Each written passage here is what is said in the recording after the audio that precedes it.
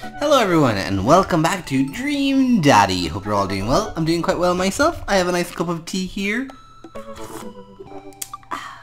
And we're gonna go on a date with Robert today. Now, you guys did say that you wanted to go on a date with Matt, and I guess we're gonna go on a date with Matt eventually, but I do kind of want to go on a date with all of these guys first. Get them all at 2 hearts. Then leave an episode gap where we go on dates with Matt, and you guys can then like vote basically on who you guys want to see me do the final one with, whether it be Craig, Damien, Hugo, Brian, or Robert, or even Joseph. So let's go ahead and go with Robert today.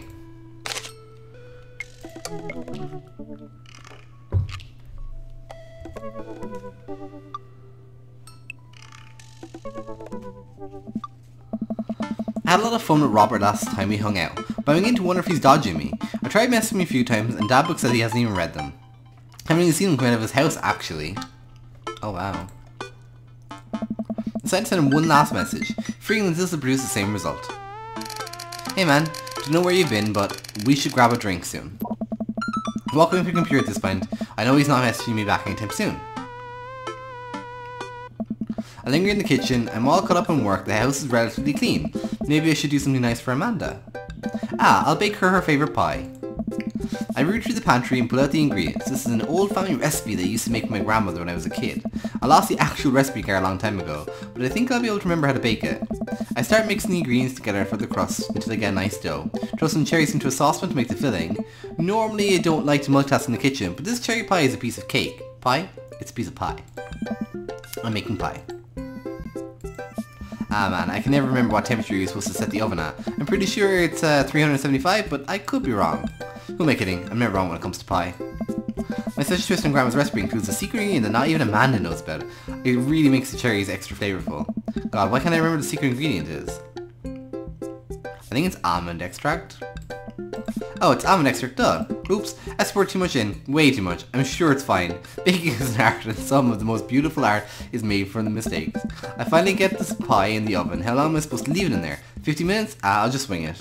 So would I have put sodium in? Would that have been too much as well? Amanda's gonna be so excited. That kid loves a good pie. I have a seat at the kitchen table and do word jumbles as Amanda comes home. I hear the door slam. Yo, Pops, what's the smell like pie in here? It's pie, sweetie.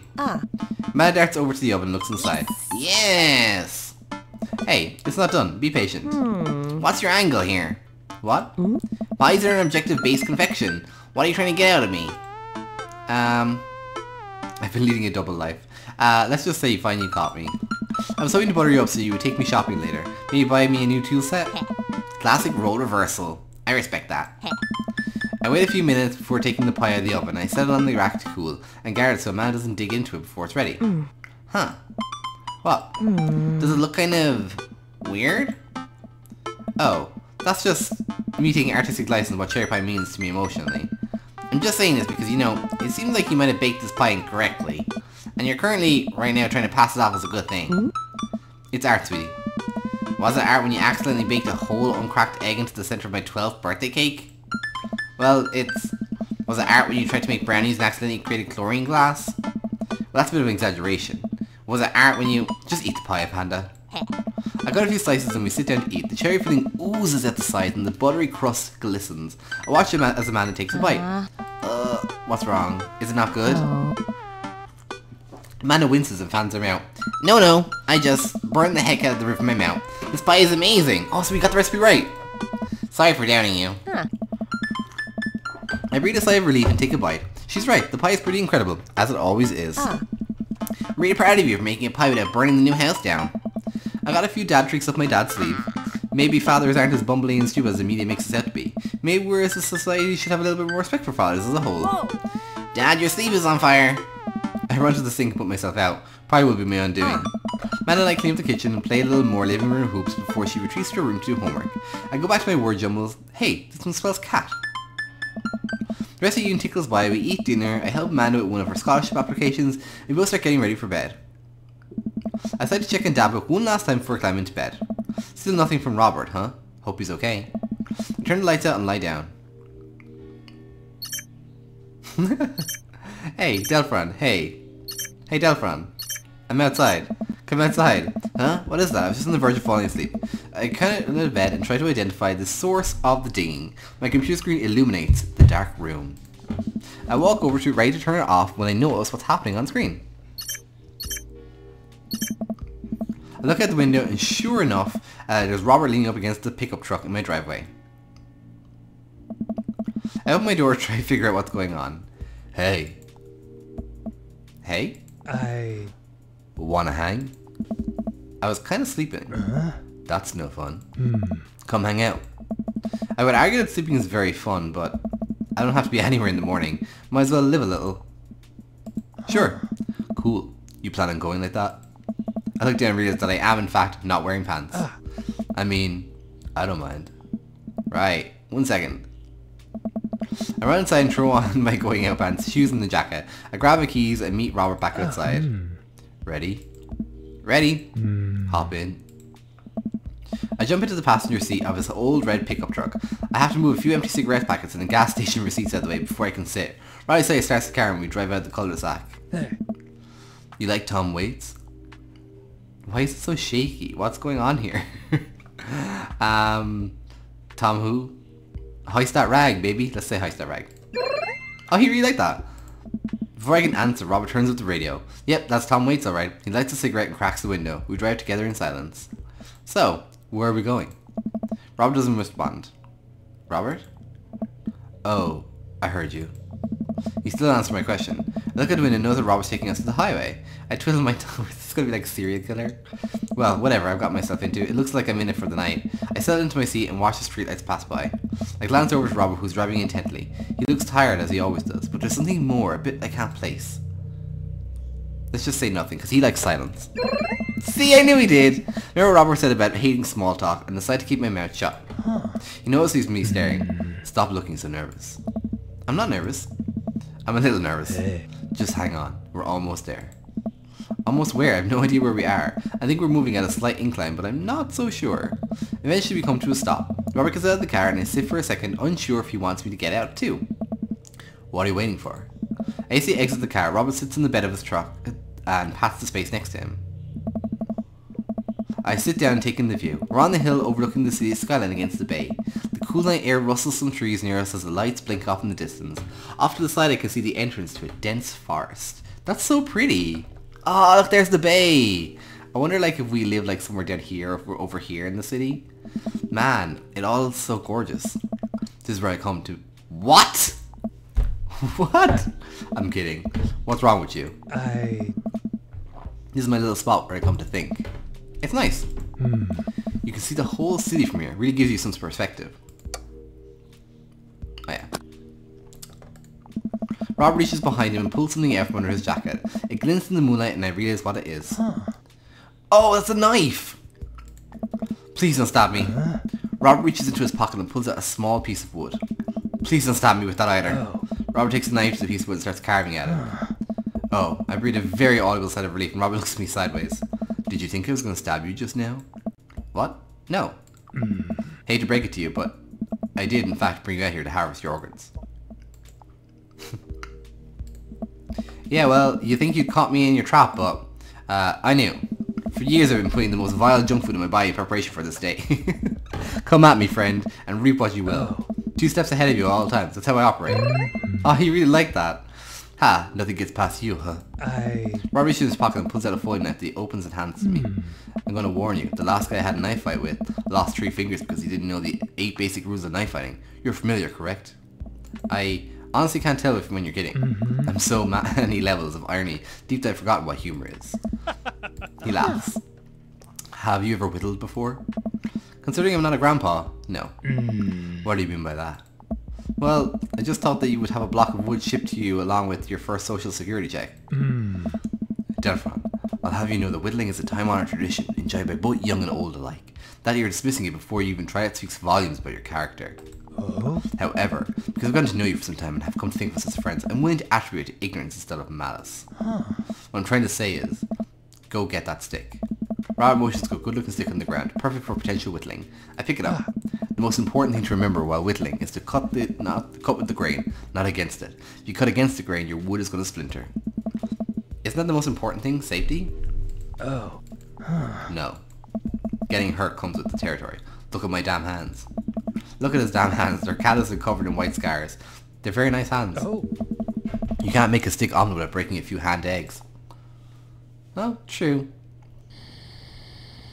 Knife that wood. What? Okay, we have a knife.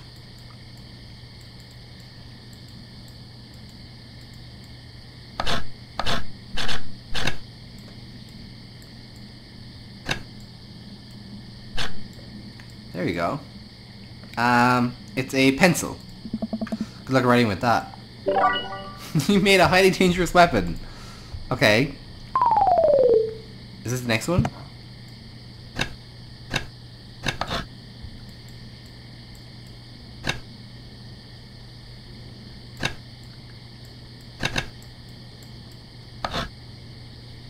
Can you get down here? There we go. Tell me about this one. It's a popsicle stick, a tongue depressor. I should put that in my first aid kit. Never know when you might need one. Okay, we made a tongue depressor. I don't know if like we're supposed to make these little shapes or if they're different every time.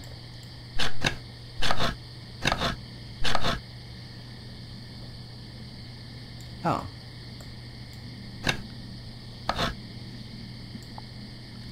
It's a bubble popper. Not to burst your bubble, but there aren't many bubbles around here. Made a bubble popper.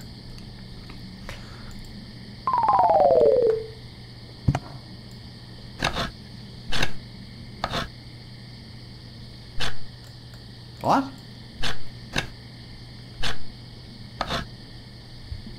What's this? I don't know. And that's just fine. Made a personal writing whittling progress. Okay. Are we supposed to have a goal here or something?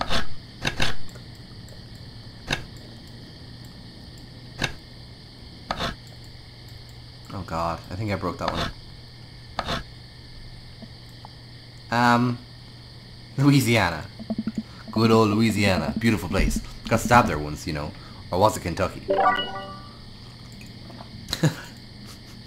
This seems like the weirdest little minigame I think I've ever come across in this game.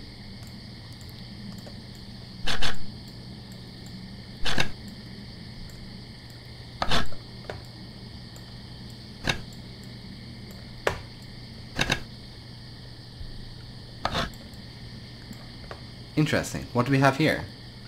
Chopstick, chopstick righty.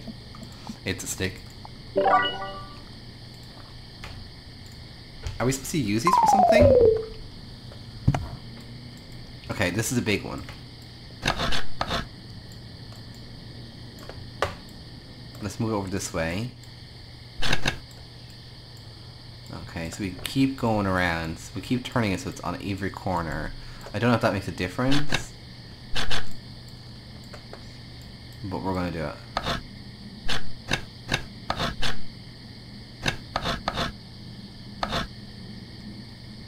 Okay.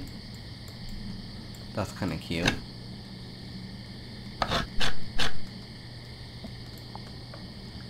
What is it? It's a swan? Nice work. Oh, we did actually make a swan. Perfect.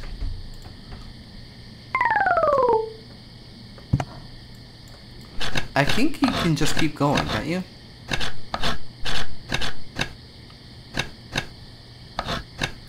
Yeah, it doesn't really matter. We can just keep doing it. No, what should you call it?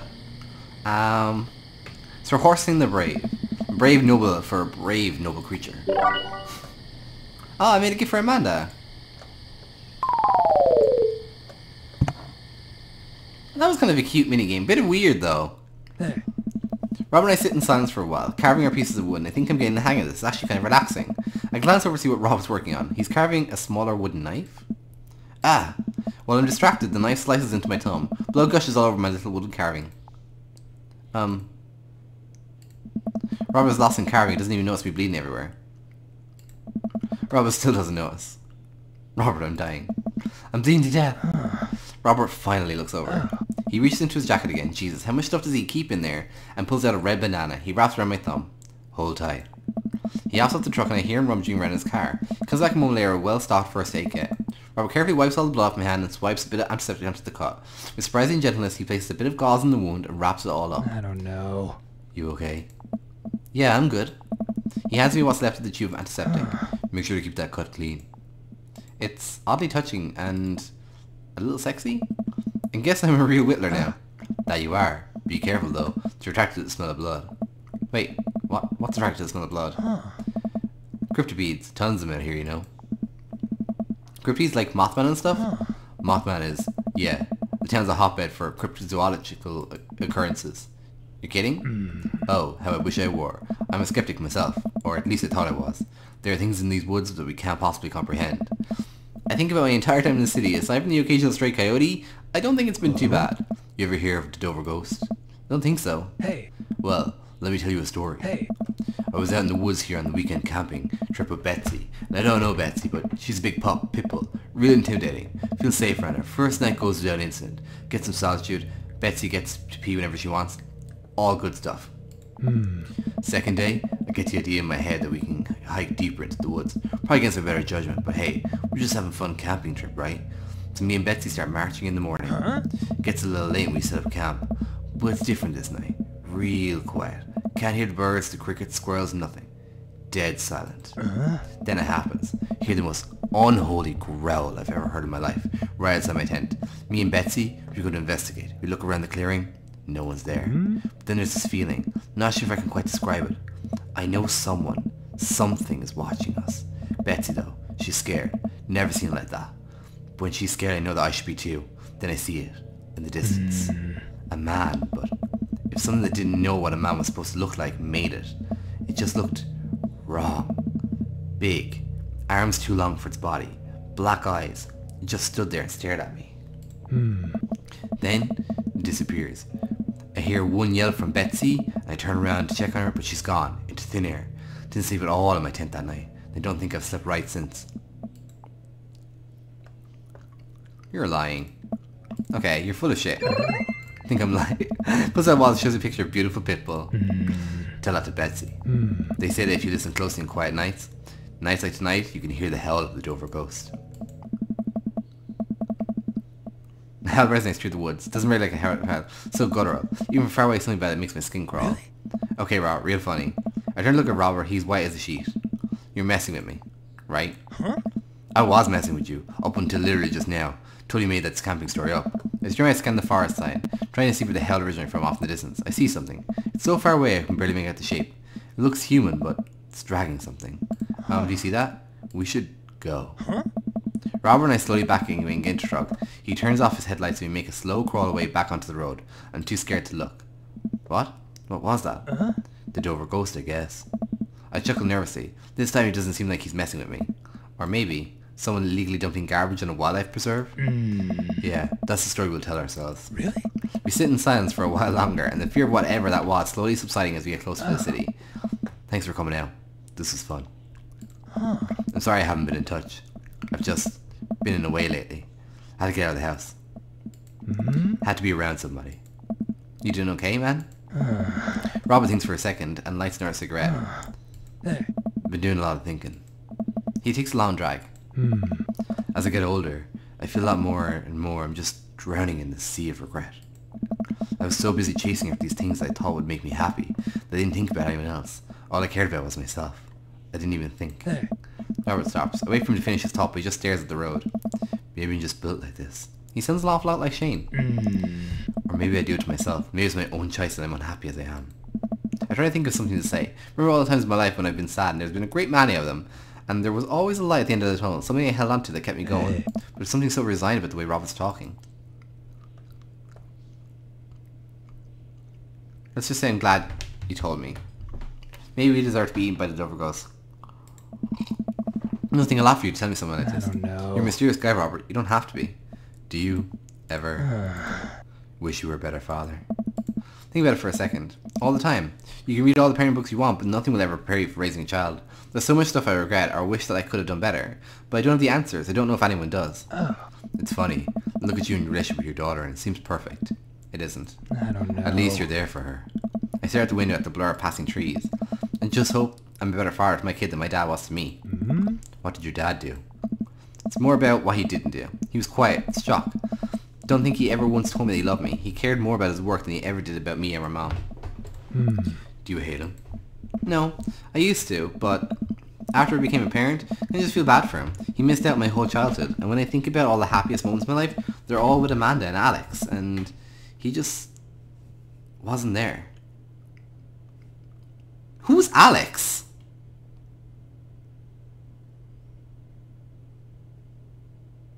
My husband's name is Dylan? Excuse you? It hurt like hell when I had to leave him to die in that Belarusian prison. Really? What? Turn and smile at him.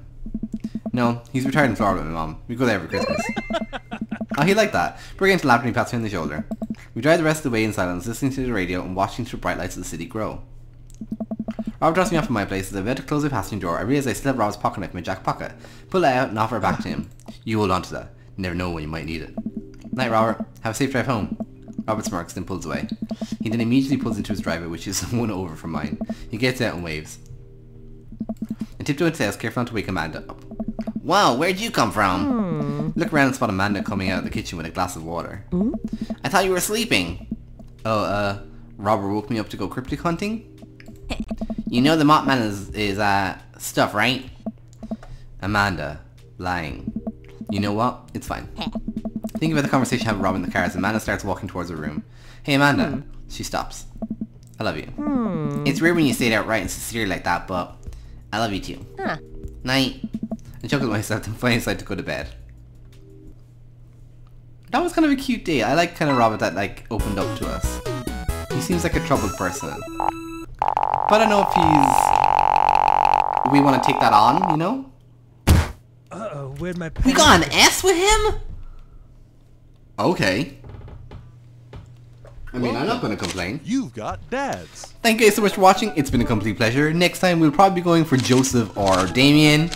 You guys can decide, and please let me know in the comments if you still want to see Matt, and if you think it's a good idea that I'm doing Matt with like if I'm doing the dates with Matt at the end. Alright guys, let me know. Bye.